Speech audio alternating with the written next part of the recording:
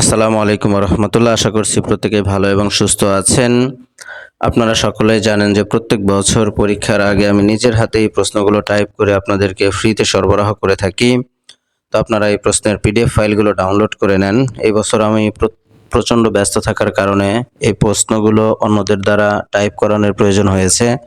এই কারণে তাদেরকে সামান্য কিছু টাকা পেইড করতে হবে। তো আপনারা যারা এই প্রশ্নের পিডিএফ ফাইলটি সংগ্রহ করতে চান, তো আপনারা প্রত্যেক ক্লাসের জন্য ৬ টাকা করে পেইড করবেন। মাত্র ৬ টাকা করে ৫টি শ্রেণীর জন্য ৩০ টাকা। এই ভিডিও ডেসক্রিপশনে যে হোয়াটসঅ্যাপ নম্বর আছে সেই নম্বরেই বিকাশ এবং নগদের অ্যাকাউন্ট করা আছে, ওটি আমারই নাম্বার।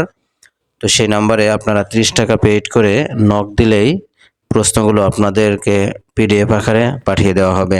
আমরা প্রথম সাময়িক পরীক্ষার প্রশ্ন নিয়ে আলোচনা করছি। তো ভাগের হরফ থেকে দুটি প্রশ্ন করা আছে। 30, 30, 60 নম্বর দেয়া আছে। খালি ঘর পূরণ করার জন্য 15 নম্বর দেয়া আছে এবং এলোমেলো হরফগুলো সুন্দরভাবে সাজিয়ে লেখার জন্য দেয়া আছে 15 নম্বর। এইভাবে আরবির 100 নম্বরের প্রশ্ন তৈরি করা আছে। গণিতে সংখ্যা লেখার জন্য দেয়া আছে 20 নম্বর। এরপর হচ্ছে ইংরেজিতে সংখ্যা লেখার জন্য দেয়া আছে 20 নম্বর। জোড় সংখ্যা লেখার জন্য 20 নম্বর দেয়া আছে। বিজোড় সংখ্যা লেখার জন্য 20 নম্বর দেওয়া আছে এবং ছোট থেকে বড় সাজিয়ে লেখার জন্য 20 নম্বরের প্রশ্ন তৈরি করা আছে। এবার যদি আমরা বাংলার বিষয়টা দেখি, বাংলাতেও দেখুন ভাগের বর্ণর জন্য 30 নম্বরের প্রশ্ন করা আছে। এরপর হচ্ছে খালি ঘর পূরণের জন্য 30 নম্বরের প্রশ্ন তৈরি করা আছে। এলোমেলো বর্ণগুলো ভাগের তারতিবে সাজিয়ে লেখার জন্য 30 নম্বরের প্রশ্ন তৈরি করা আছে। হাতে লেখার জন্য দেওয়া আছে 10 নম্বর।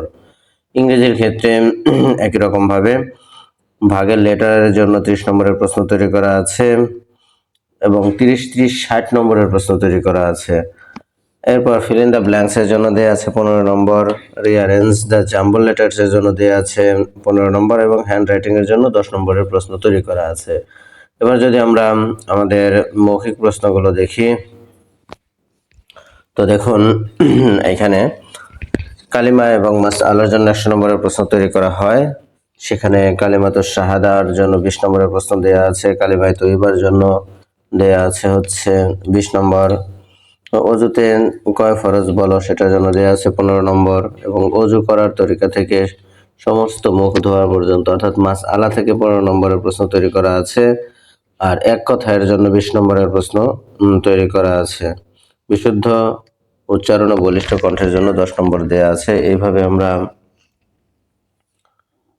100 নম্বরের কালিমা মাসআলা প্রশ্ন তৈরি করেছি। এবার যদি আমরা হাদিস দেখি, তো দেখুন যে কোনো দুটি হাদিসের জন্য দেয়া আছে 40 নম্বরের প্রশ্ন। আরবি হাদিসের বাংলা অর্থের জন্য দেয়া আছে 30 নম্বরের প্রশ্ন এবং বাংলা অর্থের আরবি হাদিস বলার জন্য 20 নম্বর দেয়া আছে। বিশুদ্ধ উচ্চারণের জন্য 10 নম্বর দেয়া আছে। এইভাবে আমাদের 100 নম্বরের হাদিস শরীফ প্রশ্ন তৈরি করা আছে।